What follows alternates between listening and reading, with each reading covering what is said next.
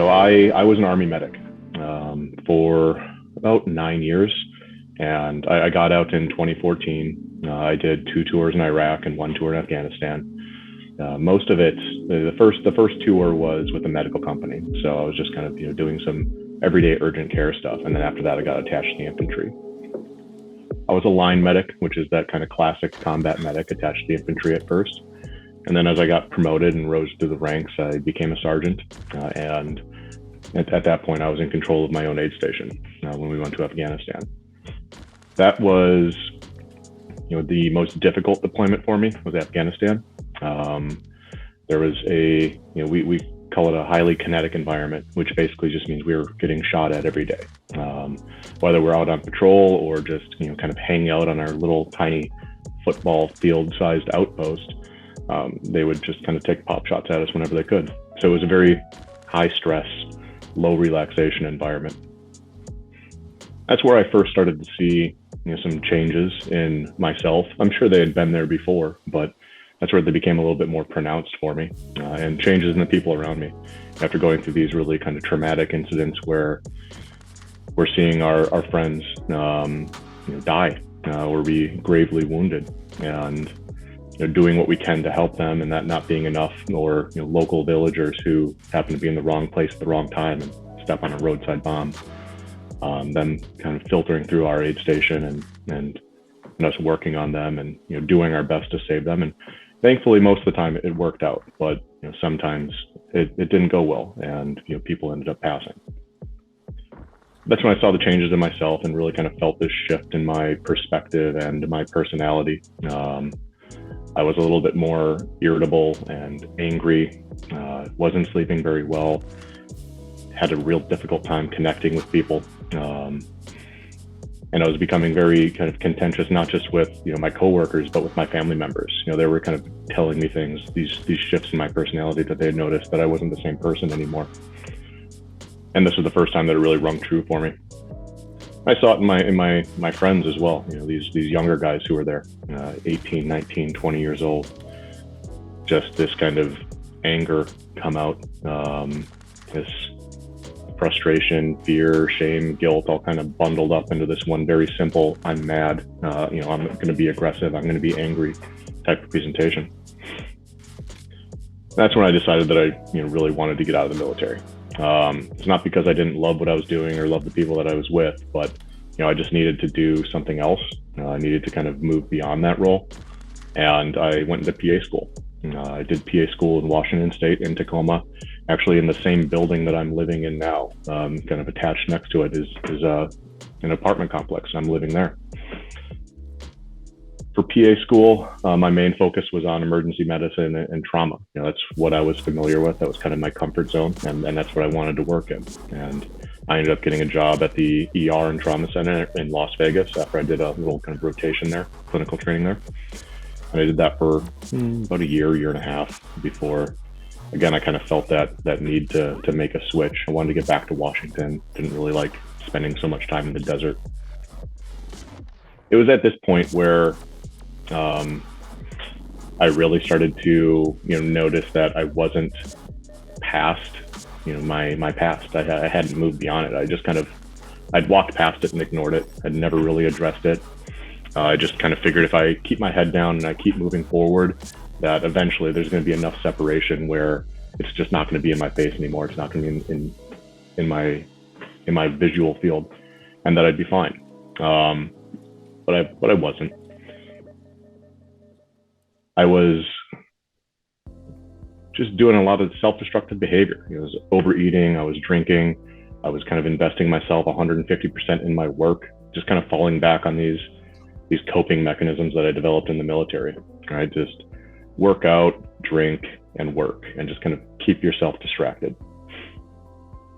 Then the pandemic hit. A couple of years of pandemic, and I was just very, very burnt out on emergency medicine. And that's when I saw this job posting for the clinical administrator of a ketamine infusion clinic. It's like, okay, well that seems like a nice little break. I didn't know anything about ketamine treatment at the time. I was a diehard emergency medicine kind of ER trauma junkie type provider, And that's all I ever thought that I wanted to do. But I knew that I needed a little bit of a break, and this seemed fun, seemed easy. I'd be doing IVs all day, like I was in the military again. I'm kind of getting a little bit of one-on-one time with patients. And I thought it'd be a nice little break to kind of take care of that while we rode out the pandemic. After my training with that company, that first week where they kind of sent me to one of their flagship clinics and I followed one of their providers, I started to realize that there's something to this ketamine treatment. This isn't just a snake oil type cash grab. I was seeing the changes that were happening in their patients there, and just listening to these testimonials firsthand.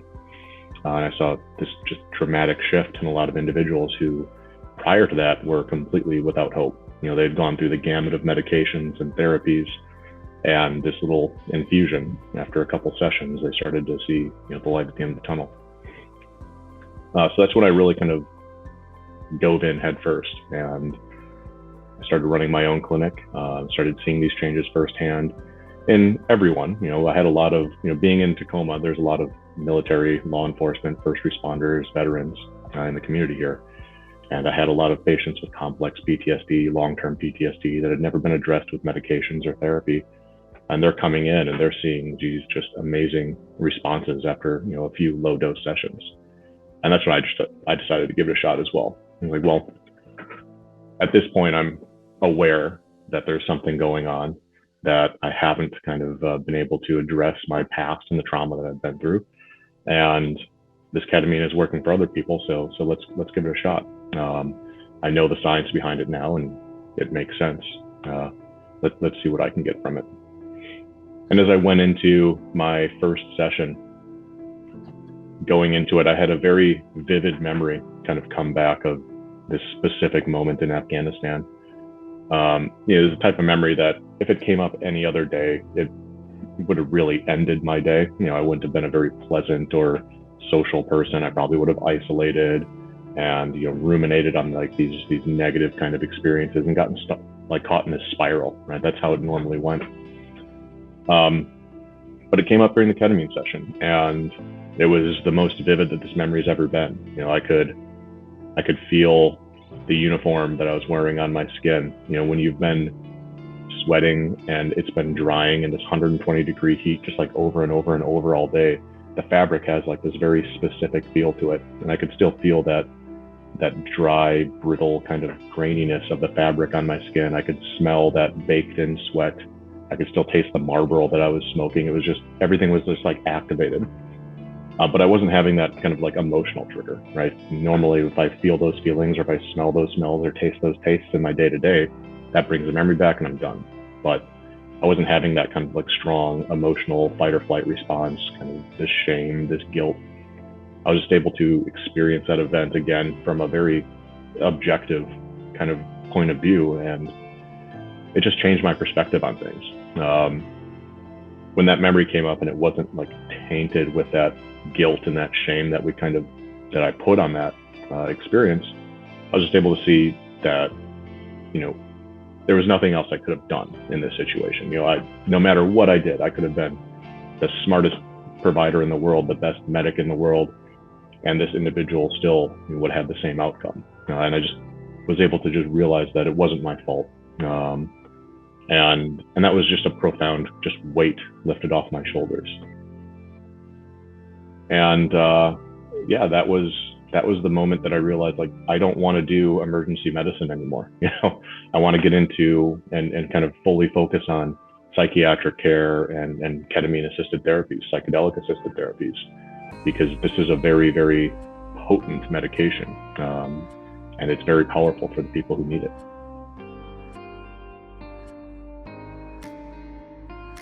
I did 3 in-office infusions, and this was a clinic that I ran. This was essentially my home away from home. It was me and one other employee that worked there.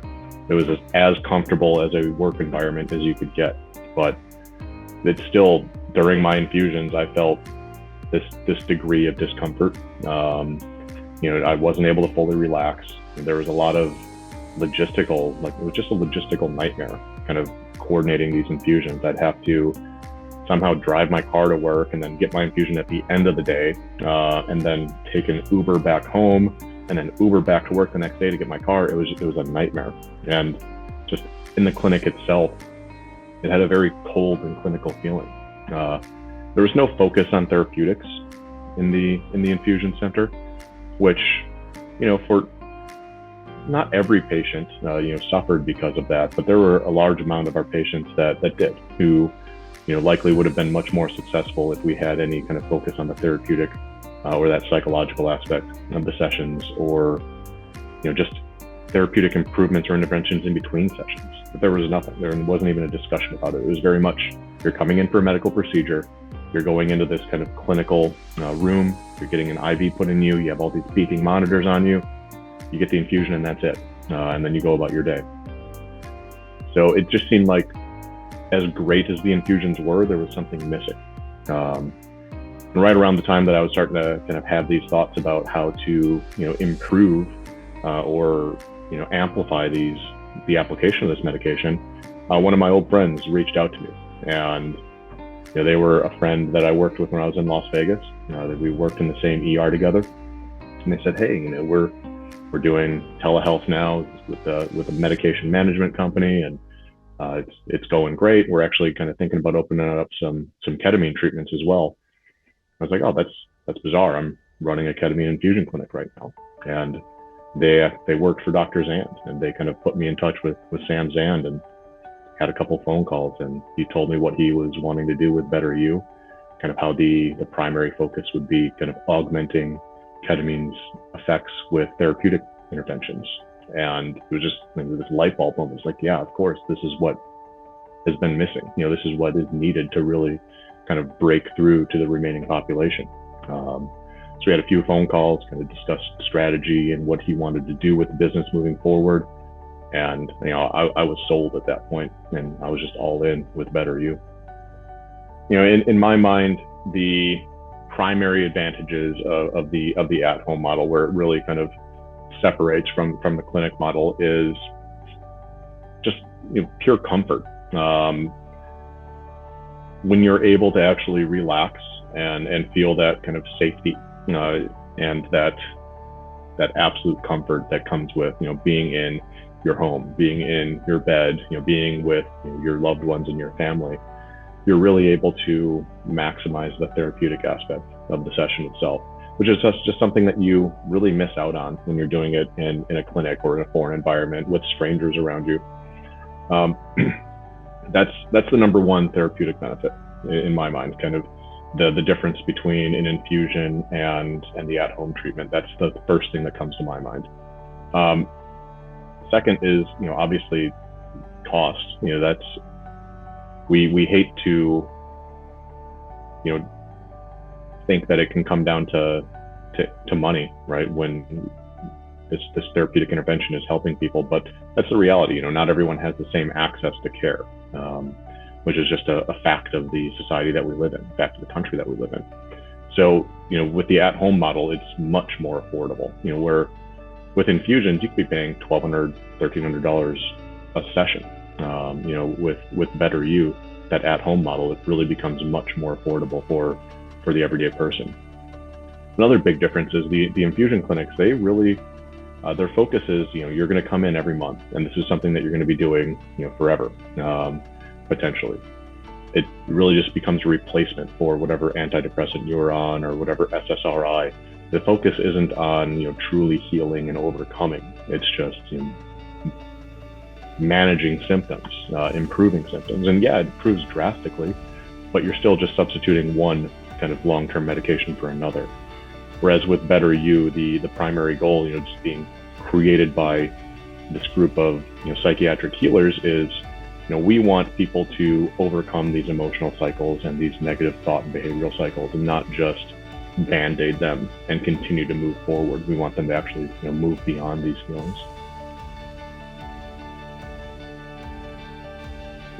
This is something that I usually tell my patients is, there's two sides to the benefit of ketamine treatment, right?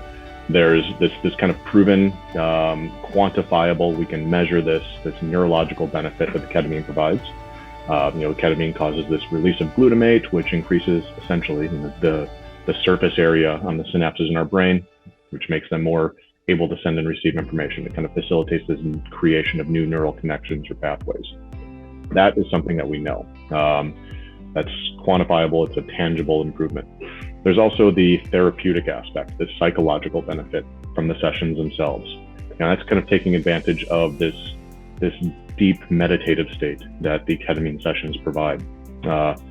In this meditative state, kind of the defense mechanisms that we've built up during the years, they break down, and we're able to kind of get a peek behind the curtain, and really understand, the code that's running underneath, the why behind the what that we're feeling in the moment. So maximizing your benefit, maximizing the therapeutic aspect. And what we want to have our patients do is, engage in some meditation just every day. Start doing 10 minutes of mindfulness meditation. That's huge. It seems so simple, but it's such a vital therapeutic technique to add, because these emotions that we're feeling, whether it's depression or anxiety or sadness, this is just the surface.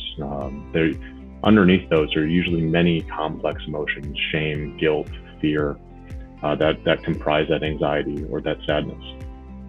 So starting that mindfulness meditation, it really kind of helps form this logical and emotional connection in our brain, and just start zeroing in on things, which makes it so much easier to kind of benefit from that therapeutic aspect of the medication during those sessions.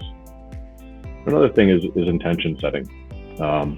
That's something that we really, really enjoy to having our patients practice and integrate into their sessions.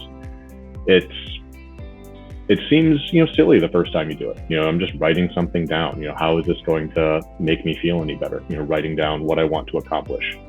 But just, the physical process of thinking of your goals and having that in the front of your mind, and then putting that into a tangible form, pen and paper, that does something in our minds. It kind of cements it, and it gives us a little bit of focus in those sessions, and it really lets us kind of guide, where we want to go during it. The whole point, the whole concept of what we're trying to do is give our patients, give our clients the ability to be their own therapists, which can be a really, really powerful thing. The most common anxiety that I hear from many of my patients is that they're unsure of what to expect. They don't know what they're getting into, and maybe they have some experience with psychedelics in the past. Maybe they've tried microdosing psilocybin, or in their youth they went to a couple Fish concerts and they had a fun time there. But ketamine is different. It's not the same. It's something they've never tried before, so they're often nervous about what to expect. And one of the best things about Better You is just the diversity of our employees. We have a lot of employees who are from providers to our support and integration staff, who are very, very, very familiar with the ketamine experience and how to manage anything that might come up. So we're able to give our patients a really just kind of in-depth understanding of what the sessions are going to look like for the vast majority of people. And in those few outlier cases that don't follow that standard, we've seen those cases before. We know how to kind of keep our patients on track and address any issues that might come up, which is really beneficial. Whether it's breath work, something as simple as square breathing, or some more advanced breath work techniques like the Wim Hof method. We're really able to give our patients the tools to adjust and adapt to whatever might come up.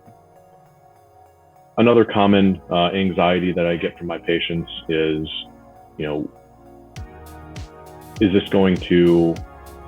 is my psychologist or is my primary care provider going to, look down on me for taking this medication? And unfortunately, not all providers are created equal. Not every provider is as current as every other provider when it comes to, the cutting edge treatments that are available out there for patients right now. And in situations like that, what I often do is I give my clients my email address and tell them to give it to their primary care provider. I'm more than happy to kind of assist in that discussion and kind of lend out my knowledge and my expertise if that makes them feel better. Psychedelic medication, psychedelic compounds, it's anything that's going to kind of change the way that your thought, your thinking, or that you're perceiving the world around you, or the world inside of you, right? So the way that we perceive is what defines our reality, and a psychedelic is something that temporarily alters that. And that can be, when you're looking at this from a therapeutic standpoint, that's really powerful, right? That's the whole point of therapy, is trying to reframe or grant a new perspective on how we are feeling or how we are remembering these events from our past.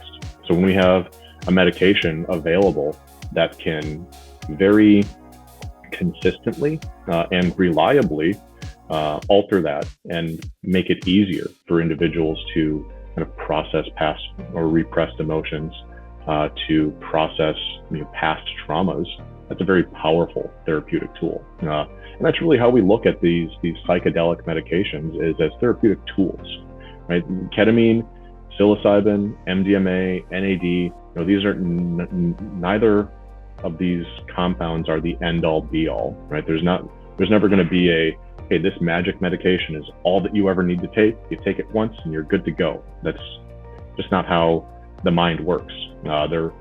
These are very powerful tools that enhance traditional therapeutic techniques. And right now, it's been a boon for us in this field. The military is very regimented. It's very one way. The only path forward is forward. We've got lots of sayings in the military: take a knee, drink water, drive on. Right? And that's a very common saying. Whenever you're coming up against a difficulty or feel you're at the end of your rope, just stop for a second, rehydrate, and then you just keep moving through it. You don't stop and address it. You just move past it and you ignore that. Mission always comes first. Is kind of a mentality that's very, very strictly ingrained in us. And not just as these kind of colloquialisms, these sayings, but even in practice. If we were on a patrol, on a vehicle and kind of patrolling through a city, and we hit an IED or we started taking fire, what we do 9 times out of 10 is not kind of address that situation, but just can push through it, just ignore it and keep moving forward, because we've got other things to worry about. Now, these sayings and these operational procedures, they help guide us in combat, and they're beneficial in combat, but they also start guiding our personalities. So whenever we face adversity in our lives, we tend to kind of fall back on that training of take a knee, drink water, drive on, kind of push through the contact and just get out to the other side and worry about it later. And those become very kind of strictly ingrained things in our lives. One of the things that I've really appreciated about ketamine therapy in myself and in some of the veterans that I've treated is it makes it easier for us to change these maladaptive coping mechanisms. These coping mechanisms that have worked well for us in the past, but are now doing us harm. We're able to kind of not remove them from our lives, but replace them with something more effective. And that's a real strong benefit of the ketamine therapy, is the ability to kind of change these behavioral patterns. The one thing that I just really want to get out there is, there's a lot of us out there that are hurting, whether we're veterans or, first responders or, law enforcement or not, just the average everyday American. There's a lot of people out there that are hurting and they feel like they're at the end of their rope and that they've tried everything. For whatever reason, if you're familiar with ketamine therapy, but you haven't reached out to us, just give us a call. We're more than happy to talk to you and just explain the process and the concept, because I really feel like there's so many people out there right now that could be very, very deeply benefited by the therapy program that we provide. And I'd really hate for them to miss out on it just because they're unfamiliar.